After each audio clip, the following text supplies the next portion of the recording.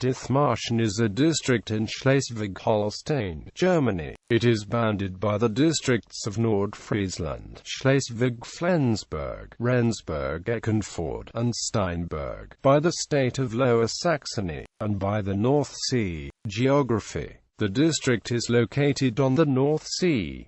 It is embraced by the Elbe estuary to the south and the Ida estuary to the north. Today it forms a kind of artificial island, surrounded by the Ida River in the north and the Kiel Canal in both the east and southeast. It is a rather flat countryside that was once full of fens and swamps. To the north it borders on Nordfriesland and Schleswig-Flensburg, to the east on Rendsburg-Eckernförde, and in the southeast on Steinburg. Its landward boundaries have remained basically the same since the times of Charlemagne. Land reclamation, however, has almost doubled the size of Dithmarschen as land has been wrested from the sea. Important towns are Hamburg and Itzehoe to the south, Husum to the north, and Kiel and Rendsburg to the east. The main roads and rail lines in Schleswig-Holstein follow a north-south direction, making Hamburg its most accessible city. The district has a maximum north-south length of 54 kilometers and an east-west length of 41 kilometers.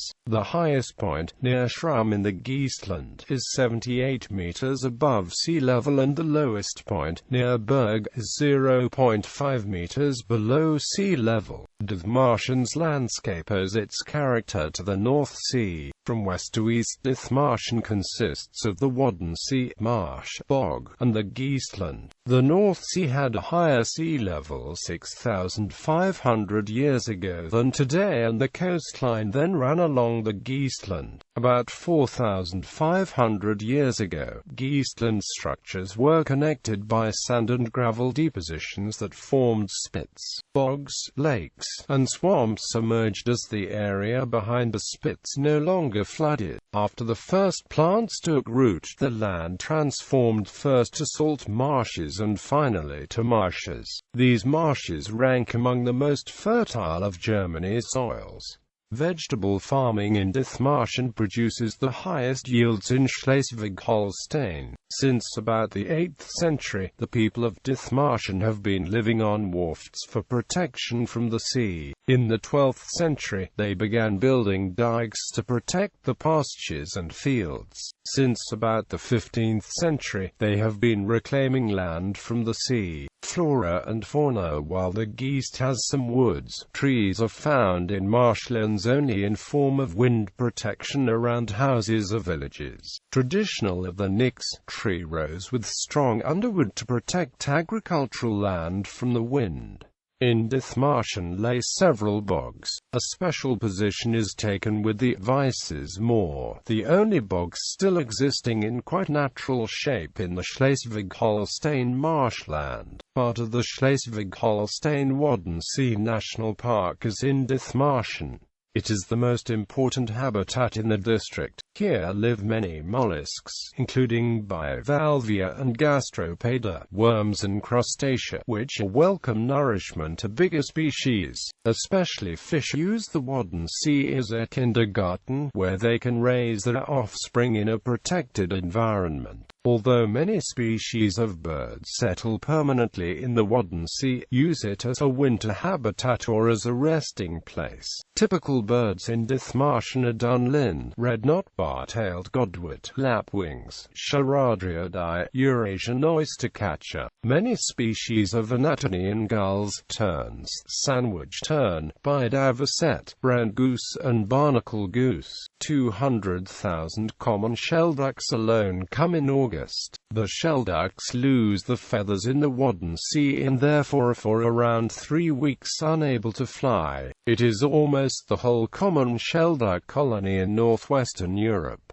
Big salt marsh are at the Friedrichskoog coast and in the Neufeld Bay. Three sandbanks, Trischen, Tertius and Laut, are in the sea. They are some of only a few still natural habitats at the German coast and of importance to seabirds and seals. After futile attempts in the 1930s to make them habitable to humans, they are now part of the national park, forbidden to humans. Many birds preferring wet grasslands live in the Ida-Trene Valley. History. In medieval times, the marshland villages of Dithmarschen enjoyed remarkable autonomy. Neighboring princes often tried to bring Dithmarschen under their control. After 1180, Prince Archbishop Siegfried ceded Dithmarschen, which was supposed to belong to his Prince Archbishopric of Bremen, to his brother Bernhard III, Duke of the Younger Duchy of Saxony. In his new position of Duke of Saxony, he held the land of Hadeln, opposite of Dithmarschen on the southern bank of the river Elbe. Adolf III of Schauenburg, Count of Holstein, at enmity with the Ascanians, had de facto taken a loose possession of Dithmarschen, so it was up to Bernhard to regain the territory, but he failed. He could only force Adolf to accept his overlordship in Dithmarschen. Prince Archbishop Hartwig II prepared a campaign into Dithmarschen, religiously belonging to the Archdiocese of Bremen, represented by its subsidiary chapter at Hamburg Cathedral, but rejecting Bremian secular princely overlordship. He persuaded Adolf III to waive his claim to Dithmarschen in return for regular dues levied from the to-be-subjected Dithmarschens. In 1187 and 1188, Hartwig and his ally Morosei, Count of Oldenburg, heading the troops, invaded Dithmarschen. The free peasants promised to pay him dues, only to mock about Hartwig. Once he and his soldiers had left, the Dithmarschens gained support by Valdemar, steward of the Duchy of Schleswig and Bishop of Schleswig. Hartwig, owing dues to Adolf III and the soldiers' pay to Morosei, was trapped and could not afford to wage a second war. In 1192, the Bremian chapter elected Valdemar as its new Prince-Archbishop. Valdemar welcomed his election, hoping his new position could be helpful in his dispute with Duke Valdemar of Schleswig and his elder brother Canute VI of Denmark. Before entering the Prince-Archbishopric of Bremen, he won the support of Dithmarschen. In the 15th century, the Dithmarschens confederated in a peasants' republic. Several times neighboring princely rulers, accompanied by the knights and mercenaries, tried to subdue the independent mini-state to feudalism, however, without success. In 1319, Gerhard III was repelled in the Battle of Warden, after Eric IV, Duke of Saxe-Lauenburg, had raided Dithmarschen. The Dithmarschens blamed his son-in-law, Albert II, Count of Holstein-Rendsburg, of complicity, who then used this as a pretext for his own unsuccessful conquest attempt in 1403, dying during the campaign from inflicted injuries. In 1468, Dithmarschen allied with Lübeck to protect their common interest as to commerce and containing the spreading feudalism in the region. Dithmarschens had established trade with Livonia and neighboring Baltic destinations since the 15th century, based on the Hanseatic obligations and privileges since the pact with Lübeck. Both parties renewed their alliance several times, and it thus lasted until Dithmarschen's final defeat and Dano-Alsatian annexation in 1559. In 1484, Magnus of Saxe-Lauenburg, then vicegerent of the land of Hadeln, failed to subject the Free Frisian peasants in the land of Wersen, de facto an autonomous region in a North Sea marsh at the Weser estuary under the loose overlordship of the Prince-Archbishopric of Bremen. This foreshadowed a series of feudal attempts to subdue regions of free peasants, an alarming signal for the Dithmarschens and the free peasants in other marshes in the area. In April 1499, Count John XIV of Oldenburg invaded the Weser and North Sea marshes of Stadland and Bad Jardingen. to both of which the Prince-Archbishopric of Bremen claimed its overlordship, in order to subject the free peasants. Bremen's Prince-Archbishop Johann Rode then tried to form a war alliance to repel these and prevent further invasions, first gaining the cities of Bremen, Hamburg and Stade, which considered the areas downstream the rivers Elbe and Weser their own front yard existential for the free maritime trade connections. Rode further won the Dithmarschens for a defensive alliance in favor of Wurzen, concluded on 1 May 1499. On 1 August the Allies, now also including Buxtehude, committed themselves to supply 1,300 warriors and equipment to defend Wurzen and/or invade Hadeln. Already on 24 November 1498 John V and his son Magnus of Saxe-Lauenburg had allied with Henry IV the Elder of Brunswick and Lunenburg, Prince of Wolfenbüttel, to conquer Wurzen. Henry IV obliged to send 3,000 Landsknechts, who should gain the payment by ravaging and plundering the free peasants of Wurzen. Once successfully subjected, Rode then waged feud against John V of Saxe-Lauenburg on 9 September 1499. The Allied forces, with the Dithmarschens invading crossing the Elbe, easily conquered the land of Hadeln, defeating Magnus and even driving him out of Hadeln, while the cities wanted a peaceful front yard without powerful influence of whomsoever. The Dithmarschens were more in favor of autonomy of free peasants.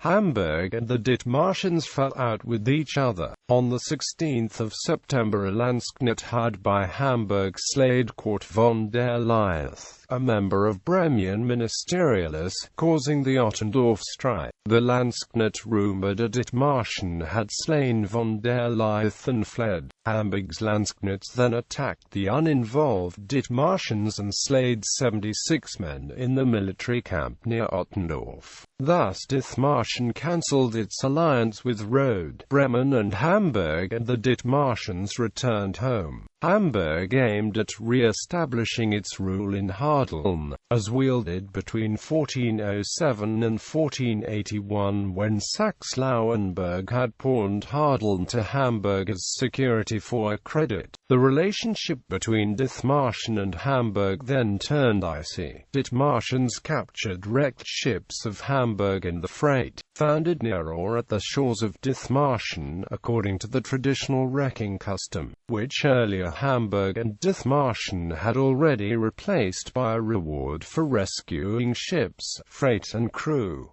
The parties only reconciled in 1512. By the 20th of November 1499 Magnus hired the so-called Greater Black Guard of 6,000 ruthless and violent, mostly Dutch and East Frisian mercenaries, commanded by Thomas Slens, prior operating in the county of Oldenburg. The Black Guard invaded the Prince-Archbishopric of Bremen, crossing through and ravaging areas in the Prince-Bishopric of Verdun and the Brunswick-Lunenburgian Principality of Lunenburg cell, leaving behind a wake of devastation on the countryside and especially in the looted monasteries. Finally, on Christmas Eve, arriving downstream the Weser in Leer, the Black Guard tried to invade Wurzen. However, the free peasants repelled their attack near Wederwarden on the 26th of December. So the Guard turned northeastwards, looting Neuenwalde nunnery underways into Hadeln, repressing the joint forces of Rode and the cities, lacking support by Bremianites and the Dithmarschens,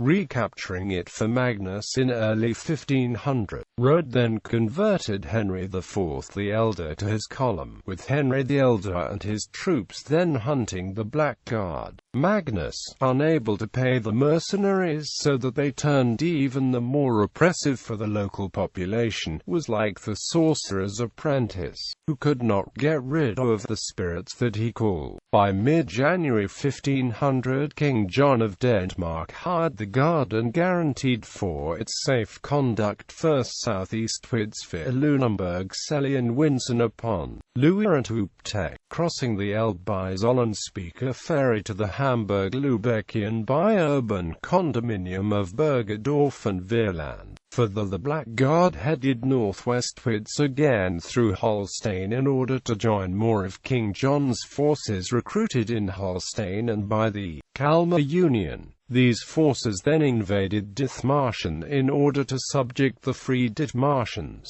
The Dithmarschens took a vow to donate a monastery in honor of the then national patron St. Mary of Nazareth if they could repel the invasion. On the 17th of February 1500, in the Battle of Hemmingstedt, the outnumbered Dithmarschens, led by Wulf-Ice of Brand, defeated the invading armies and thus destroyed King John's dream of subjecting Dithmarschen.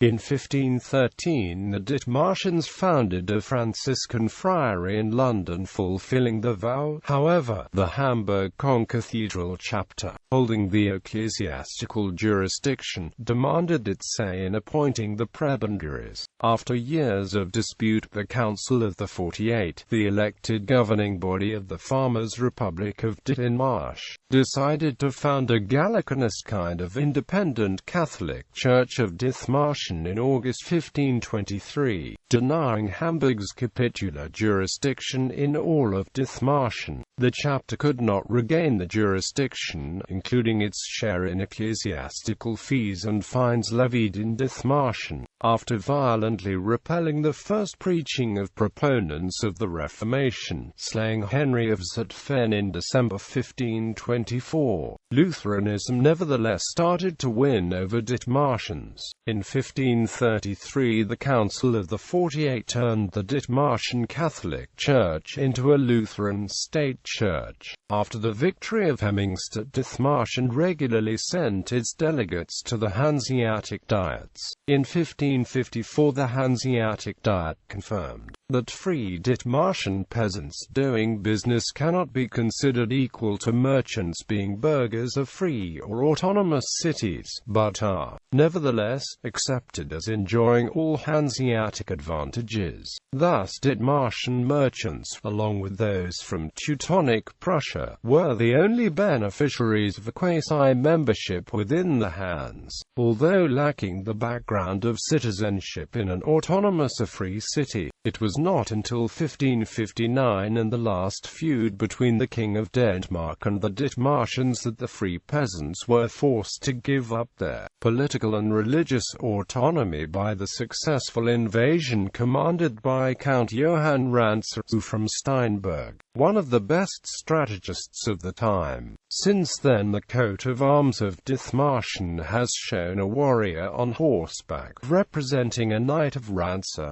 This knight has later been identified with St. George, then considered to be the patron of Dithmarschen. The conquerors, King Frederick II, Duke Adolf, and Duke John II the Elder, divided Dithmarschen into two parts. The south became a part of Holstein in personal union with Denmark, while the north came into the possession of the other Duke of Holstein. From 1773 all of Holstein was united in personal union with Denmark and remained so until 1864, when, following the Second Schleswig War, the Duchies of Holstein and of Schleswig became an occupied territory of the German Confederation. 2 years later, following the Austro-Prussian War, Dithmarschen became part of the Kingdom of Prussia, which annexed Holstein and Schleswig, making them subsequently the province of Schleswig-Holstein. The Middle Ages in Dithmarschen are held to have continued into the 19th century, when the Kiel Canal was completed, fens began to be drained, and agricultural reforms took place.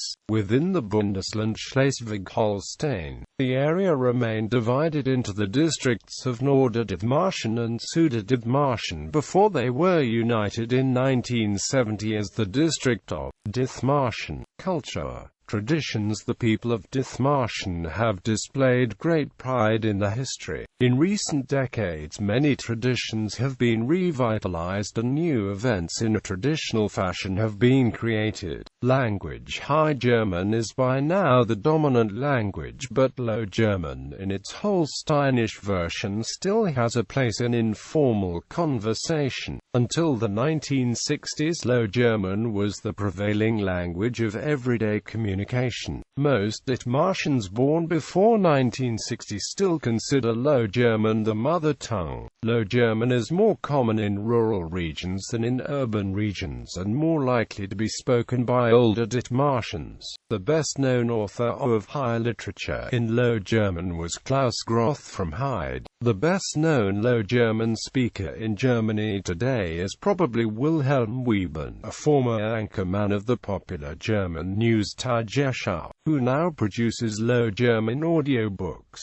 Only 2 episodes of the popular crime television show Tatort carried subtitles for its German audience. One of these episodes centered its plot in Dithmarschen. The Low German in the dialogue was thought to be too difficult for a generic German audience to follow. Architecture: the Dithmarschen landscape was long dominated by churches. Palaces were never built in the Farmers' Republic. The few castles that were constructed played only minor roles and have long since been reduced to groundworks. In contrast, churches were symbols of not only spiritual but also worldly power. The medieval republic organized itself into parishes centered on churches. A Dithmarschen church was not just a sacral building, it was also the primary place for political meetings. Administration of spiritual and political matters was done by the same people in the same place, so little need for representative secular buildings arose. Political and religious life in Dithmarschen remained undivided until Schleswig-Holstein's integration into Prussia in 1867. In the flat marshland of Dithmarschen, church towers can often be seen from more than 10 kilometers away. Churches are built on the highest point of the Terpen in the center of villages such as Wesselbaren, Mahn, and Warden. Village streets run toward the central church, giving these villages a distinct medieval character. It is likely that older houses were removed to make room for these churches. In the Geest, the village church stands on the medieval rim of the village with other houses within it. The settlements of the Geest existed before their churches were built, and there was no special need to protect these churches from flooding. The most important church of Dithmarschen was the so-called St. Johanniskirche in Meldorf, due to its size also called Meldorf Cathedral. Between the 9th and 11th century it was the only church in Dithmarschen and one of the few north of the Elbe River. In the Middle Ages the church was the venue of the representatives of the political parishes of Dithmarschen. The place around this church was the most important meeting place in Dithmarschen, and Meldorf itself was the only settlement to develop a distinct urban structure. Even after the political center moved to Heide, the St.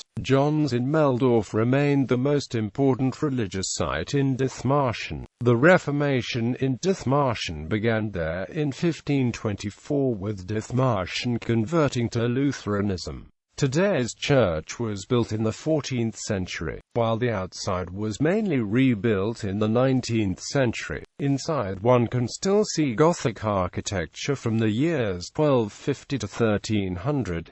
The paintings are among the most magnificent in Schleswig-Holstein, giving an impression of the former wealth of the Farmers' Republic. St. Jürgen Church in Heide began as a chapel built in the 15th century. Due to conflicts in Dithmarschen, Meldorf lost its role as central meeting point. The people of northern Dithmarschen began to meet in 1447 off der Heide. Later, the Council of the 48 representatives of the most important families and the central decision body of Dithmarschen met at St. Jürgen. The core of the long, single-nave church is still the 15th-century building. Its outer appearance is dominated by a late Renaissance three-story tower added by Johann Georg Schott in 1724. St. Bartholomew's in Wesselburen was also built in 1737–1738 by Johann Georg Schott. He constructed the Baroque building from the remains of older churches after Wesselburen burned down in 1736.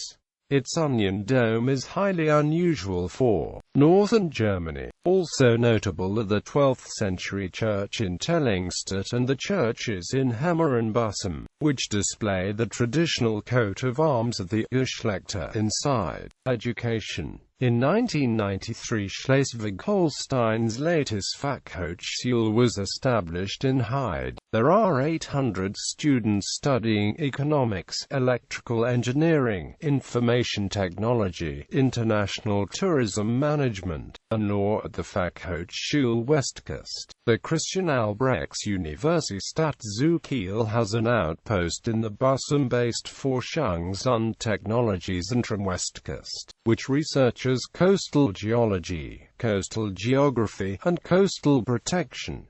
In 2004, 17,900 students were studying in Dithmarschen schools. In the district there are 6 gymnasia, 3 Fachgymnasia, 2 vocational schools, and 44 schools for primary education. Economy. The Dithmarschen economy consists mainly of tourism, agriculture, and energy. Tourism is concentrated in the north in Bussum and in the south in Friedrichskoog.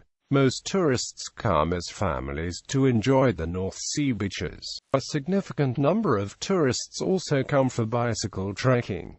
Almost all the approximately 2 million tourists each year come from Germany. The unemployment rate was 11.6% in September 2004. After the Hartz concept was implemented and new statistical methods were adopted, the unemployment rate rose to 17.4% in January 2005. The unemployment rate was far above the average for Schleswig-Holstein and the rest of Germany. The most important employers in the district are Bayer in Brunsbüttel, the Sparkasse West-Holstein, the Royal Dutch Shell Refinery in Hemmingstedt, the Sasol Chemistry Works in Brunsbüttel, the printing company Evers in Meldorf, and the Beitschlag manufacturing plant in Heide. The Bundeswehr has a school for non-commissioned officers in Heide. In recent years, the number of people who live in Dithmarschen but work in Hamburg and its surroundings has steadily risen. In 2002, 9,200 people drove to work outside the district, including 1,700 who commuted to Hamburg. Energy. Commercial wind farming in Germany began in Dithmarschen. Germany's first wind park was opened 1987 in Kaiser Wilhelm Kug. The experimental GROWIN stood there from 1983 to 1987. As of 2008, the tallest wind turbine in the world is the experimental Eneconti 126 near Emden. In Dithmarschen stand around 800 wind turbines, almost all of them in marshland. That means that 5% of all German wind turbines stand on 0.15% of its area, except for Bussum, where a small airport prevents their erection, and the nature reserve at Speicherkug. The whole coastline is lined by wind turbines.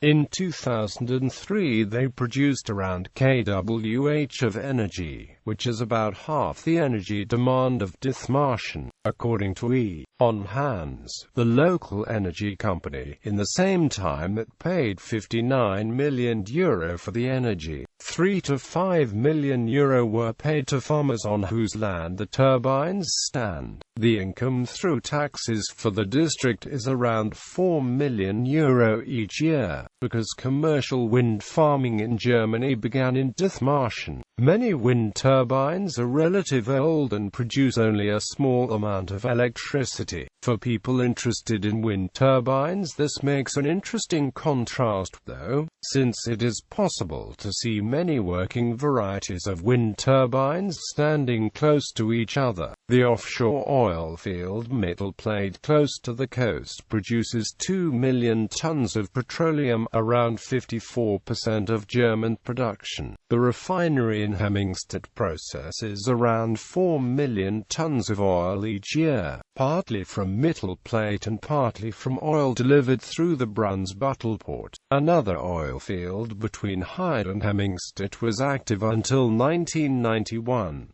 The nuclear power plant in Brunsbüttel is one of the oldest in Germany. It delivers cheap energy for the important aluminium industry in Schleswig-Holstein. It is supposed to close down in 2009.